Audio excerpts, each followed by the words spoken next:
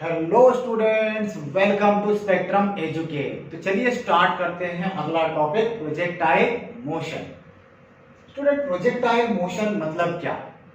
Projectile motion is a motion under the effect of gravity only, right? But as per our syllabus, as per NCERT syllabus, projectile motion मतलब क्या student? Projectile motion मतलब motion in plane. अब motion in plane थोड़ा सा और clear कर लेते हैं कि प्लेन से क्या मतलब है। प्लेन से मतलब है टू डायमेंशनल मोशन। तो स्टूडेंट, लेट्स अंडरस्टैंड कि भाई टू डायमेंशनल मोशन होता कैसे है। तो यहां पे मैंने कोई ऑब्जेक्ट कंसीडर किया जिसका मास m है, राइट? और मैंने इस ऑब्जेक्ट पे एक फोर्स लगाया, एक्सटर्नल फोर्स F। अब जैसे ही मैंने इसके ऊपर एक्सटर्नल फोर्स F लगाया तो जो डायरेक्शन फोर्स का होगा उसी डायरेक्शन में ये ऑब्जेक्ट मोशन दिखाएगा, राइट? लेकिन क्वेश्चन है कि ये कैसा मोशन है? ये मोशन स्ट्रेट लाइन मोशन है। और स्ट्रेट लाइन मोशन ये भी कैसा है? सी, ये straight line motion suppose x axis के अलोंग हो रहा है, तो this is example of one dimensional motion.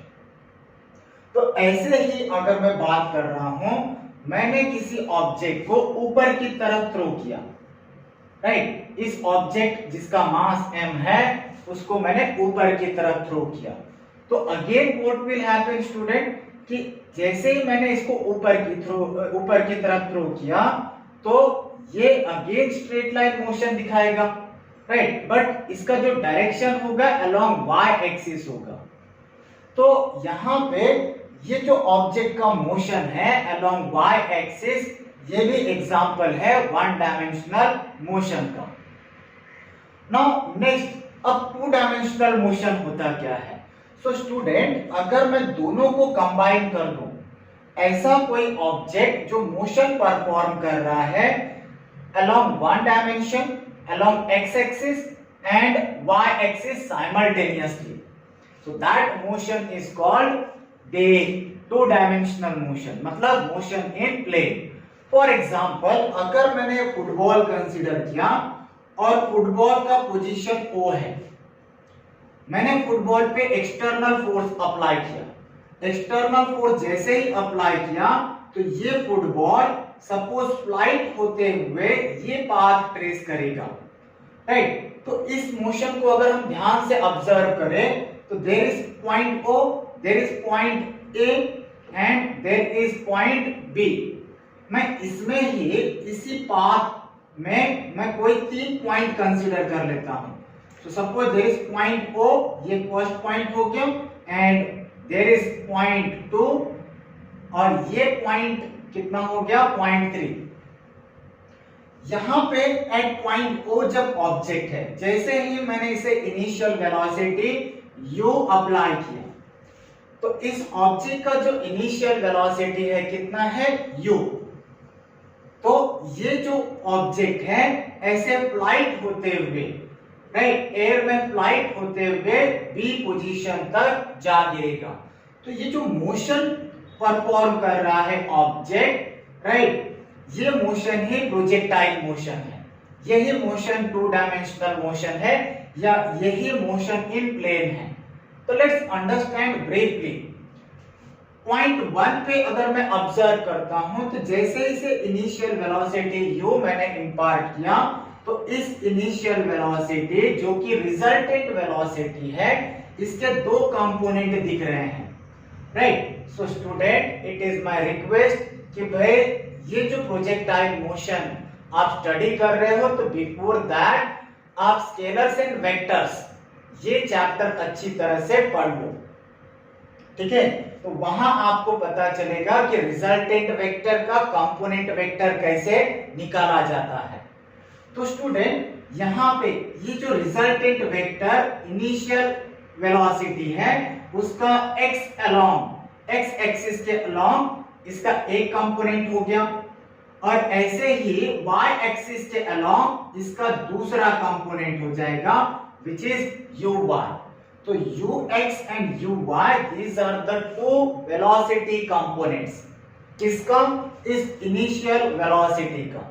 तो अगर मैं बात कर रहा हूं कि मैंने इस ऑब्जेक्ट को थीटा एंगल से, ये जो थीटा एंगल है ये एंगल ऑफ प्रोजेक्शन होता है, और एंगल ऑफ प्रोजेक्शन मतलब मैंने किसी ऑब्जेक्ट को राइट हॉरिजॉन्टल सरफेस से कौन से एंगल से प्रोजेक्ट किया या इसे मोशन दिया, राइट। तो मैंने अगर ऑब्जेक्ट को इस हॉरिजॉन्टल सरफेस से, जो कि अर्थ सरफेस है, उससे अगर थीटा एंगल से प्रोजेक्ट किया विथ इनिशियल वेलोसिटी u, तो स्टूडेंट यहां पे अब मुझे इसका वेलोसिटी कंपोनेंट्स निकालना इजी हो जाएगा।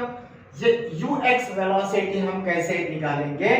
ux velocity is this diagonal, right, diagonal into cos theta, so it will be u cos theta, right। यह आपको निकालने आता होगा। and what about uy velocity? uy component कितना होगा? see यहां पे अगर मैं परपेंडिकुलर ड्रॉप कर लेता हूं तो ये परपेंडिकुलर इस टर्म के इक्वल होगा, so यहां पे this will be u sin theta, this we know, right, कि कैसे कंपोनेंट वेलोसिटी या कंपोनेंट टर्म निकालते हैं। तो स्टूडेंट यहाँ पे पॉइंट 1 पे इसके दो कंपोनेंट हो गए, ux u cos थीटा और दूसरा uy which is also u sin theta, right. तो यहाँ तक आपको समझ में आया होगा ना। अगर मैं देख रहा हूं कि ये जो ऑब्जेक्ट है मोशन दिखाते हुए पॉइंट ए तक गया, तो पॉइंट ए पे भी इसके दो वेलोसिटी होंगे, दो कंपोनेंट होंगे, राइट। लेकिन यहाँ पे यहाँ पे अगर मैं बात कर रहा हूं कि इसका हॉरिजॉन्टल वेलोसिटी x के अलोंग वेलोसिटी आप ux कंसीडर कर लीजिए, और यहाँ पे y के अलोंग वेलोसिटी uy कंसीडर कर लीजिए, राइट। तो क्वेश्चन कभी कभी एंट्रेंस एग्जाम में इस पॉइंट पे क्वेश्चन आ सकता है कि भाई ए पॉइंट पे ऑब्जेक्ट का वेलोसिटी कितना है जब ऑब्जेक्ट प्रोजेक्टाइल मोशन परफॉर्म कर रहा है। I will give the answer after explaining this part, right. Find out करो कि भाई ए पॉइंट पे वेलोसिटी कितना होगा। सो ए पॉइंट पे वेलोसिटी कितना होगा, राइट। नाउ आफ्टर दैट अगर मैं बात कर रहा हूं पॉइंट 3 पे भी क्या होगा? There is horizontal component and there is vertical component of velocities. तो यहां पे रिजल्टेंट जो वेलोसिटी है उसके दो कंपोनेंट ux और uy कंसीडर कर लिया। नाउ व्हाट अबाउट पॉइंट 2 पे भी सेम कि यहां पे कुछ वेलोसिटी होगा, सपोज यहां पे वेलोसिटी u1 कंसीडर कर लीजिए, तो इसके भी दो कंपोनेंट, राइट, क्या होगा? एक तो होगा ux and another one is uy। Are you understanding? So here what we have, if we are considering any point on this path, so what we will get student, यहां पे दो component मिलेंगे velocities के, ठीक है। तो यहां पे अगर मैं बात कर रहा हूं, ये जो वेलोसिटी है starting velocity, right, initial starting velocity, ये मैक्सिमम होगा। जैसे ही हमने ऑब्जेक्ट को प्रोजेक्ट किया तो starting initial velocity will be maximum, और फाइनली ये जब पॉइंट ए पे रीच होगा तो इसका जो फाइनल वेलोसिटी है, right, final velocity at point ए, ये कितना हो जाएगा? 0।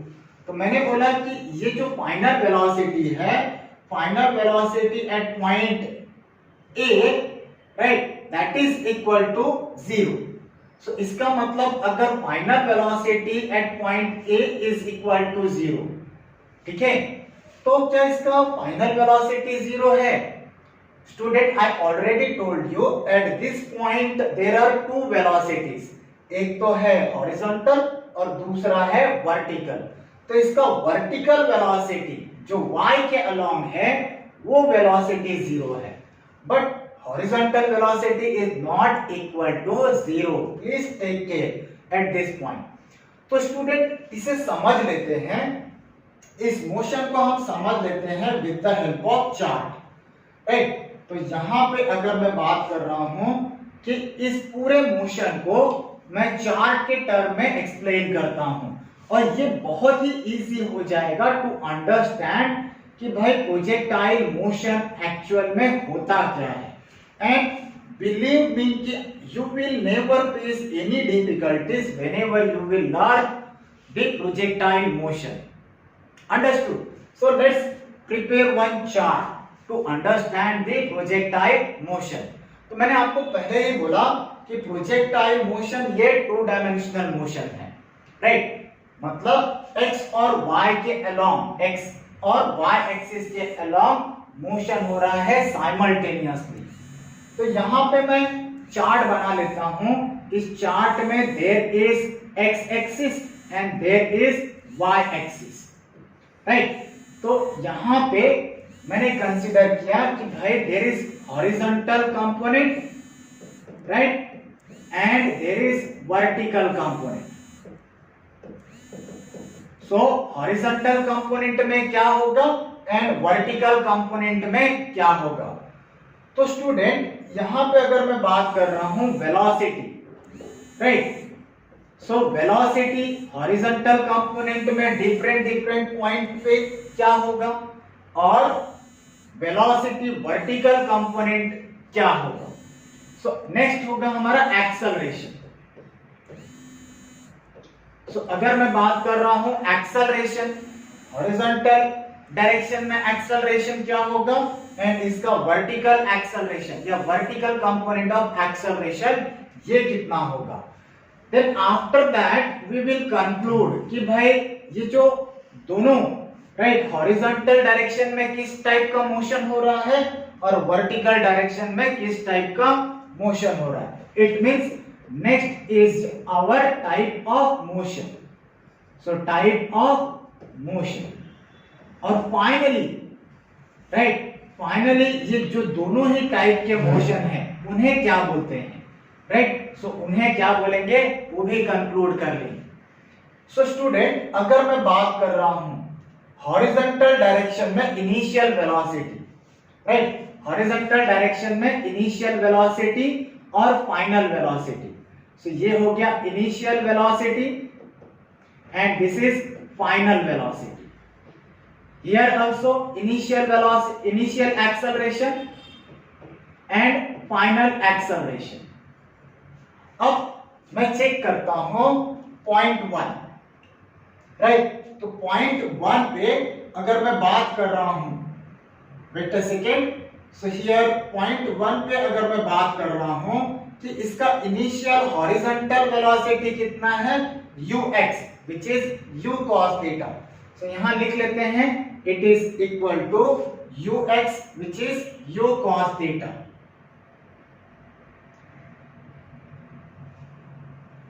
so horizontal में कितना है u cos theta, ठीक है। so horizontal initial velocity at point is u cos theta। what about final? see horizontal initial velocity along y axis, मतलब vertical direction में ये कितना है, ये है u sin theta, ठीक है। So it is u sin theta।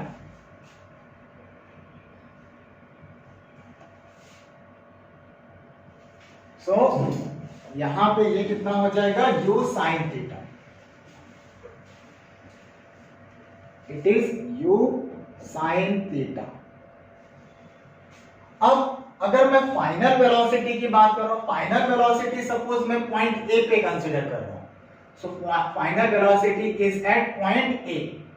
तो फाइनल वेलोसिटी हॉरिजॉन्टल वेलोसिटी में कितना देख रहा हूं, हॉरिजॉन्टल वेलोसिटी ये चेंज नहीं होगा, ये होगा u cos theta only, right. क्यों होगा स्टूडेंट, राइट। तो यहां पे इस डायरेक्शन में, हॉरिजॉन्टल डायरेक्शन में कोई एक्सटर्नल फोर्स एक्ट नहीं हो रहा है, right. What about vertical direction में, वर्टिकल डायरेक्शन में हर पॉइंट पे ग्रेविटेशनल फोर्स एक्ट हो रहा है एक्सेलरेशन ड्यू टू ग्रेविटी हमेशा डाउनवर्ड डायरेक्शन में होगा हर पॉइंट पे।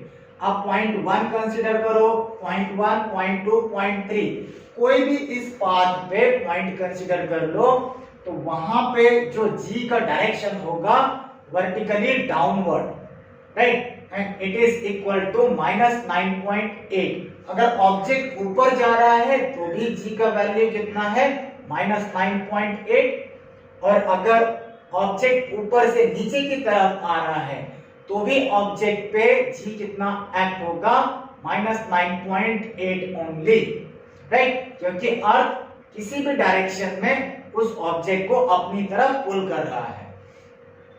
तो यहां पे अगर मैं बात कर रहा हूं, सी इनिशियल वेलोसिटी u से एक पॉइंट पे जब वेलोसिटी की बात करें, वर्टिकल वेलोसिटी की, तो मैंने अभी बताया कि वर्टिकल वेलोसिटी यहां पे 0 हो जाएगा। वर्टिकल वेलोसिटी से मतलब क्या है कि जो एक्सटर्नल फोर्स दिया है ऑब्जेक्ट को, राइट, वो ऑब्जेक्ट का external force will become 0, and once that will become 0, तो यहाँ पे वर्टिकल वेलोसिटी ये भी क्या हो जाएगा, 0। अगर इसका वर्टिकल वेलोसिटी 0 नहीं होता तो ये और ऊपर की तरफ जाता, ठीक है। But what about horizontal velocity, क्या ये यहीं रुक जाएगा? नहीं, ये हॉरिजॉन्टली मूव करता रहेगा and it will reach at point, it will finally reach at point B. यही तो प्रोजेक्टाइल मोशन है, राइट। तो अगर मैं बात कर रहा हूं इसका horizontal velocity, horizontal velocity at point ए कितना है, u cos theta. What about vertical velocity, it becomes 0। तो स्टूडेंट आप देखोगे कि हर पॉइंट पे वर्टिकल वेलोसिटी चेंज हो रहा है, लेकिन horizontal velocity will remain same, right. आप कोई भी पॉइंट कंसीडर कर लो, हॉरिजॉन्टल वेलोसिटी ये क्या होगा, कांस्टेंट होगा, इट विल रिमेन सेम, ठीक है। तो यहां अगर मैं हॉरिजॉन्टल वेलोसिटी की बात कर रहा हूं किसी भी पॉइंट पे, it will be u cos theta only. तो पॉइंट O से पॉइंट B तक जब ये ऑब्जेक्ट प्रोजेक्टाइल मोशन परफॉर्म करेगा, every time horizontal velocity will remains constant while vertical velocity will remains changing, right, it will keep changing at every point. Understood? Now let's come for acceleration.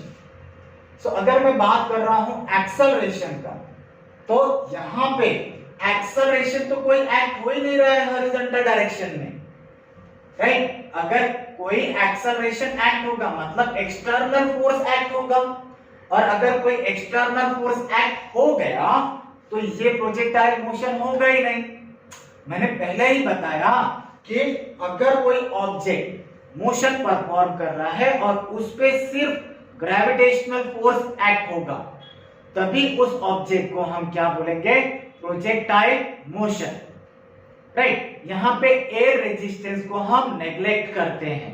Air resistance वो उसके through जो force act हो रहा है, air के through जो force act हो रहा है on the object, that we are neglecting, that is condition of projectile motion. तो यहां पे अगर मैं एक्सेलरेशन की बात कर रहा हूं तो इस डायरेक्शन में तो कोई एक्सेलरेशन है ही नहीं, राइट। हॉरिजॉन्टल डायरेक्शन में कोई एक्सेलरेशन नहीं है, ना ही इनिशियल एक्सेलरेशन, राइट। तो अगर मैं बात कर रहा हूं इनिशियल एक्सेलरेशन कितना, ax equal to 0, and here also final acceleration ax that is also equal to 0, right. तो यहां पे एक्सेलरेशन अलोंग x एक्सिस ये कितना है, 0। Now what about vertical acceleration? तो इनिशियल वर्टिकल एक्सेलरेशन, राइट, यहां पे कितना है, जैसे ही हमने ऑब्जेक्ट को प्रोजेक्ट किया, तो जैसे ही प्रोजेक्ट किया उसके ऊपर acceleration due to gravity act होना स्टार्ट कर दिया। तो here I can say ay it is equal to -g, and finally अगर मैं बात कर रहा हूं, फाइनली भी एक्सेलरेशन इज इक्वल टू कितना होगा, -g ही होगा, ठीक है। तो यहां समझ में आया कि जो वर्टिकल एक्सेलरेशन है, एक्सेलरेशन ड्यू टू ग्रेविटी है and it will remain same. तो what we see in student कि हॉरिजॉन्टल डायरेक्शन में वेलोसिटी कांस्टेंट हो रहा है और वर्टिकल डायरेक्शन में acceleration due to gravity constant हो रहा है। तो स्टूडेंट वी नो कि भाई अगर वेलोसिटी कांस्टेंट है throughout motion, velocity constant है throughout motion of an object, तो उस मोशन कौन सा टाइप का मोशन हो गया? वो हो गया uniform motion, right? So uniform motion, what is uniform motion student? Uniform motion is a motion in which speed of object is constant throughout. Speed of motion is constant. तो यहाँ पे horizontal speed, horizontal velocity constant है, तो speed भी constant है, ठीक है? तो इसलिए हम क्या बोल सकते हैं कि प्रोजेक्टाइल मोशन, सो प्रोजेक्टाइल मोशन में स्पीड इज कांस्टेंट। कौन सा स्पीड कांस्टेंट है? हॉरिजॉन्टल डायरेक्शन का स्पीड कांस्टेंट है, एज वी सीन की वेलोसिटी इज कांस्टेंट। अंडरस्टूड? और वेलोसिटी कांस्टेंट, स्पीड कांस्टेंट, तो कौन से टाइप का मोशन हो गया? Uniform motion. तो स्टूडेंट हॉरिजॉन्टल डायरेक्शन में जब भी ऑब्जेक्ट प्रोजेक्टाइल मोशन परफॉर्म कर रहा है, तो हॉरिजॉन्टल डायरेक्शन में कौन से टाइप का मोशन परफॉर्म कर रहा है? Uniform motion. What about vertical direction में? Right? So in vertical direction ये ऑब्जेक्ट कैसा मोशन परफॉर्म करेगा? Uniformly accelerated motion, uniformly accelerated motion. So student uniformly accelerated motion से क्या मतलब है कि motion in which acceleration remains constant through out. If motion in which acceleration remains constant throughout, that motion is called uniformly accelerated motion. और आपने देखा यहाँ पे कि आप किसी भी पॉइंट को कंसीडर कर लो, वहां पे एक्सेलरेशन, वर्टिकल एक्सेलरेशन हमेशा कितना है?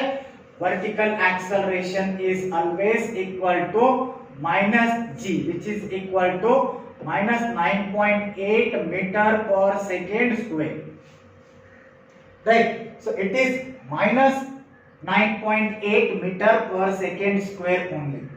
So ये यहाँ पे हॉरिजॉन्टल डायरेक्शन में कौन से टाइप का मोशन दिख रहा है? Uniform motion. और वर्टिकल डायरेक्शन में कौन से टाइप का मोशन दिख रहा है? Uniformly accelerated motion. तो स्टूडेंट इन दोनों ही मोशन को अगर आप कंबाइन कर दो, क्योंकि मैंने बोला से स्टूडेंट हॉरिजॉन्टल डायरेक्शन में एंड वर्टिकल डायरेक्शन में object is performing motion simultaneously, तो combinely what we are saying, combinely we are saying that कि this is a projectile motion, right? This is called projectile motion. Are you understanding student? Right? So here अगर मैं बात कर रहा हूं horizontal direction में uniform motion और vertical direction में यूनिफॉर्मली एक्सेलरेटेड मोशन कंबाइनली और साइमल्टेनियसली हो रहा है, राइट? तो that motion is called projectile motion. यही तो है projectile motion. So understood? Now let's understand the different terms of projectile motion. तो projectile motion मेरे ख्याल से आपको समझ गया होगा। Now after that let's derive equation of path of projectile. तो यहाँ पे आप समझ लीजिए कि this term, student if I'm talking about this term, so ये वाला जो term है, right? ये जो projectile, प्रोजेक्टाइल ये जो पाथ ट्रेस कर रहा है, that path traced by the projectile is called path of projectile. So this is called path of projectile. Here this path is called path of projectile. अब हमें equation trace करना है, equation derive करना है इसी पाथ का। तो ये पाथ दिख कैसा रहा है student? It is looking like parabola, right? So ये कैसा दिख रहा है? पैराबोला। सो अल्टीमेटली फाइनली हमें जो ये पाथ का इक्वेशन मिलेगा वो इक्वेशन ऑफ पैराबोला ही होगा। सो let's derive the equation of path of projectile. So student इसे रब कर देता हूं, please take a screenshot, video को पॉज कर लें और स्क्रीनशॉट ले लें।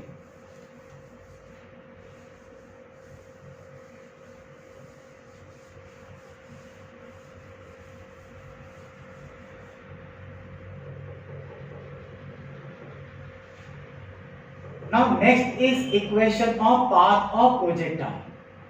अगर मैं बात कर रहा हूं equation of path of projectile, तो इसके लिए मुझे एक्स एक्सिस के अलोंग जो मोशन हो रहा है ऑब्जेक्ट का और वाई एक्सिस के अलोंग जो मोशन हो रहा है, दोनों के इक्वेशन को कंबाइन करना होगा। And here we know that कि भाई there are three kinematical equation, right? There are three kinematical equation of motion. याद होगा आपको, अगर नहीं है तो फिर से मैं रिवाइज कर लेता हूं कि भाई first kinematical equation of motion क्या है? v is equal to u plus at। और second kinematical equation of motion क्या है? s equal to ut plus half at square। and third kinematical equation of motion v is equal to v square is equal to u square plus 2as, right? So these are our three kinematical equation of motion। और इन्हीं three kinematical equation of motion को use करके what we will discuss, we will derive equation of path of projectile। So let's discuss that equation of path of projectile।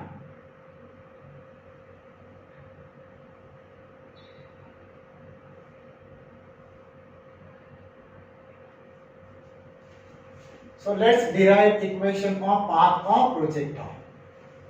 इसे रब कर देते हैं।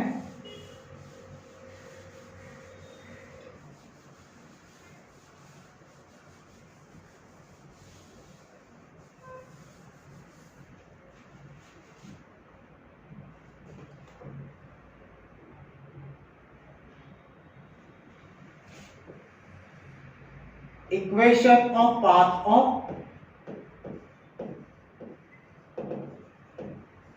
projectile।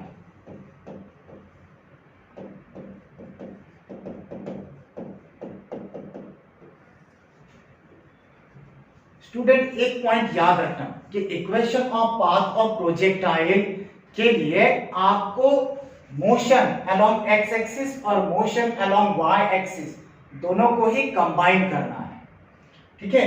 तो यहां पे what we are using second kinematical equation of motion.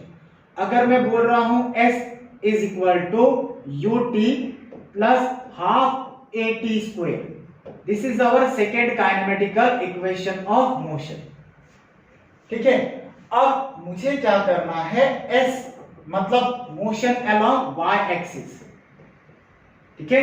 So motion along y axis हो रहा है एंड यहां पे अगर मुझे मोशन अलोंग y एक्सिस है तो डिस्प्लेसमेंट अलोंग y एक्सिस और displacement of object along x axis दोनों को कंबाइन करना है। तो कंबाइन किसी ऐसे फैक्टर से करना है जो कि दोनों ही राइट हॉरिजॉन्टल मोशन और वर्टिकल मोशन के लिए कॉमन हो। और ये कौन सा टर्म है? Can you guess student? Yes, it is time, right? So time factor ये motion along x axis, motion along y axis, जब object motion along x axis और वाई एक्सिस परफॉर्म कर रहा है दोनों के लिए ही टाइम कॉमन है, ठीक है? अगर टाइम कॉमन है तो टाइम के through we can combine both equations along x axis and Y axis. तो यहाँ पे अगर मैं टाइम का इक्वेशन सेट कर लेता हूं, we know that right t is equal to क्या होता है, distance upon time, sorry initial velocity is equal to distance upon time. So अगर मैं बात कर रहा हूं initial horizontal velocity, it is equal to distance upon time. So distance, suppose distance मैंने क्या बोला कि अलोंग एक्स एक्सिस, ये कंप्लीट डिस्टेंस कितना है, x from O point to B point, ये कंप्लीट डिस्टेंस कितना है, x divided by time. So time is a factor which is common, तो यहां पे ux कितना है, u cos theta and x keep as it is which is equal to t। सो यहां पे t क्या मिल जाएगा, x बाय u cos theta, right.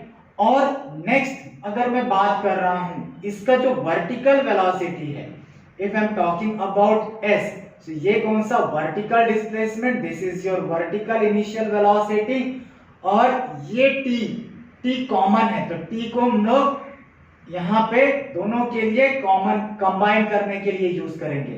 What about g, जो फैक्टर g है that is equal to, see factor a is equal to minus g, और ये a कौन सा है, vertical acceleration.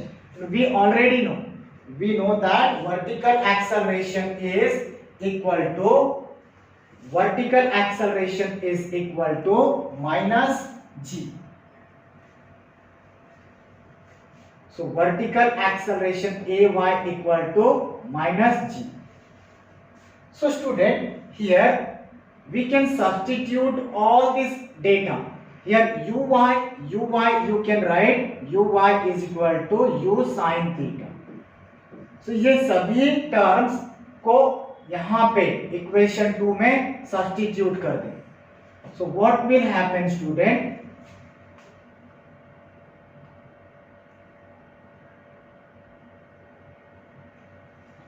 So after substituting all this term in equation 2, यहाँ पे s की जगह पे क्या हो जाएगा, y, which is equal to u के जगह पे क्या हो जाएगा, uy के जगह पे it is equal to u sin theta, right? And what about t? We can write t is equal to x by u. So finally what we will get student, y is equal to tan theta into x. tan theta कैसे आया, u cancel हो गया, sin theta divided by cos theta is tan theta into ये x as it is over here minus 1/2 g in the bracket x by u cos theta the whole square, right? So this is your equation of path of projectile, means object is performing projectile motion, तो उसके path का जो equation आ रहा है y equal to tan theta x minus 1/2 g in the bracket x by u cos theta the whole square। और इसे compare कर लीजिए इस इक्वेशन से, y equal to ax plus bx square, ये इक्वेशन क्या है स्टूडेंट, ये इक्वेशन है equation of parabola, right. So if it is your equation of parabola, यहाँ पे this a is equal to tan theta, b is equal to here 1/2 g divided by u cos theta, u square cos square theta, right? तो यहाँ पे a term क्या है, a term है tan theta and b term क्या है, b term है this is equal to 1/2 g divided by u square cos square theta, right. तो ये कांस्टेंट टर्म है, और इन कांस्टेंट टर्म को अगर मैं बात कर रहा हूं, यहां रिप्रेजेंट कर रहा हूं, तो it is similar to equation of parabola only. This equation is similar to equation of parabola. इसका मतलब हुआ कि ये जो प्रोजेक्टाइल, ये जो बॉडी प्रोजेक्टाइल मोशन परफॉर्म कर रहा है, इसका जो पाथ है it is looking like parabola only. Right? So after completing this term, equation of path of projectile, let's discuss the equation of time of flight. So student, to understand or to derive the equation of time of flight, see the graph. Right, ये हमने देखा था कि ये equation, ये path किसका है, ये पाथ है प्रोजेक्टाइल का. राइट, तो यहाँ पे here this is the initial point, O is the initial point of projectile जहाँ पे इसे प्रोजेक्ट किया गया, एंड फाइनली जब ये पॉइंट ए तक रीच हुआ तो इसका जो वर्टिकल वेलोसिटी है at point A, this is equal to 0, while जो हॉरिजॉन्टल वेलोसिटी है, horizontal velocity it is equal to vx which is equal to ux u cos theta. तो मैंने बोला था कि जो हॉरिजॉन्टल वेलोसिटी है when object is performing projectile motion, horizontal velocity ये कांस्टेंट है थ्रू आउट, और vertical velocity keeps changing right at every different point.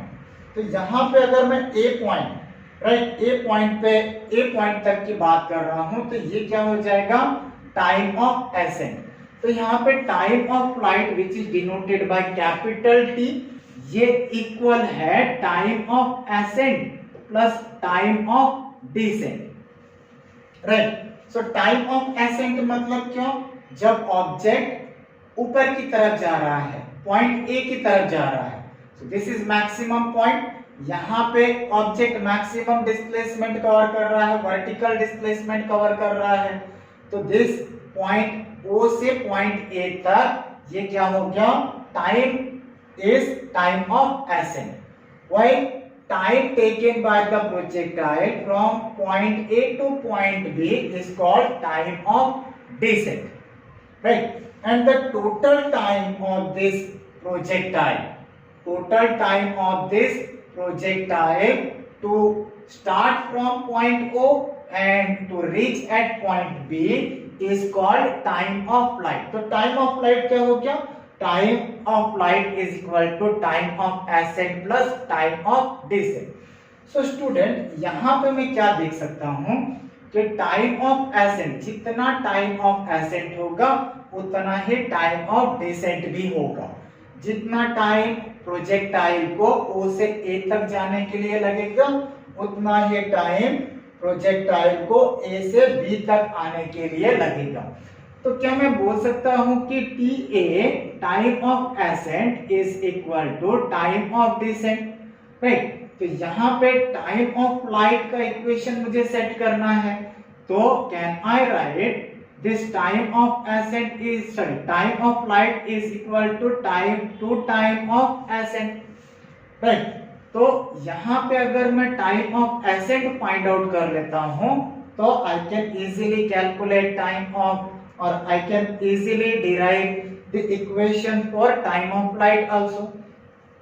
तो चलिए देखते हैं कि टाइम ऑफ एसेंट कैसे कैलकुलेट करेंगे, राइट? तो यहाँ पे मैं वर्टिकल कंपोनेंट की ही बात कर रहा हूँ.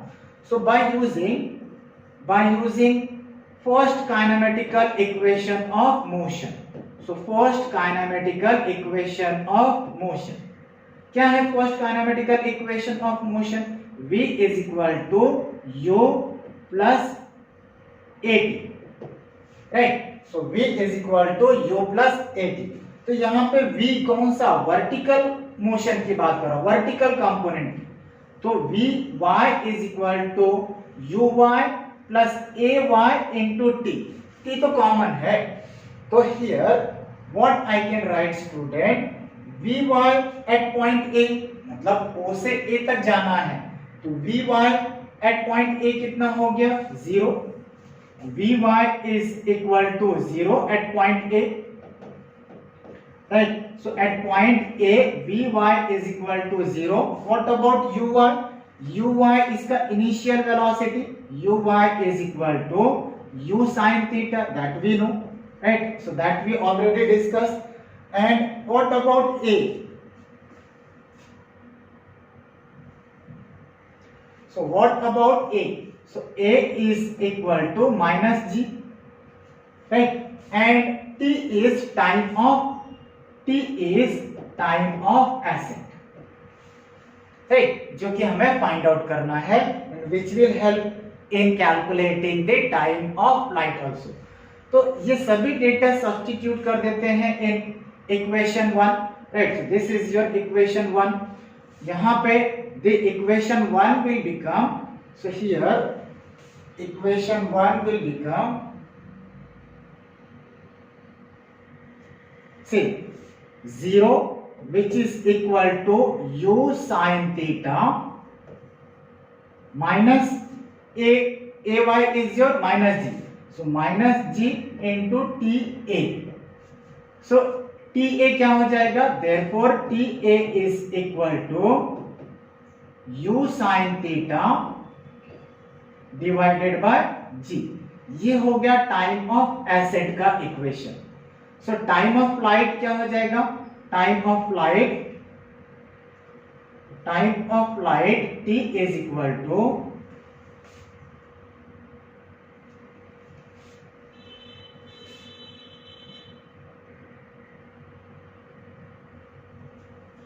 time of flight t is equal to 2 time of ascent. तो टाइम ऑफ एसेंट कितना मिला student? u sin theta by g. So it is equal to 2u sin theta by g, right? So समझो? So this is your time of flight. So this is equation of time of flight. Student please by heart कर लीजिए. So time of flight is equal to 2u sin theta by g, while time of ascent is equal to u sin theta by g. और इतना ही time of decent भी होगा, right? जितना time of accent है उतना ही time of decent भी होगा.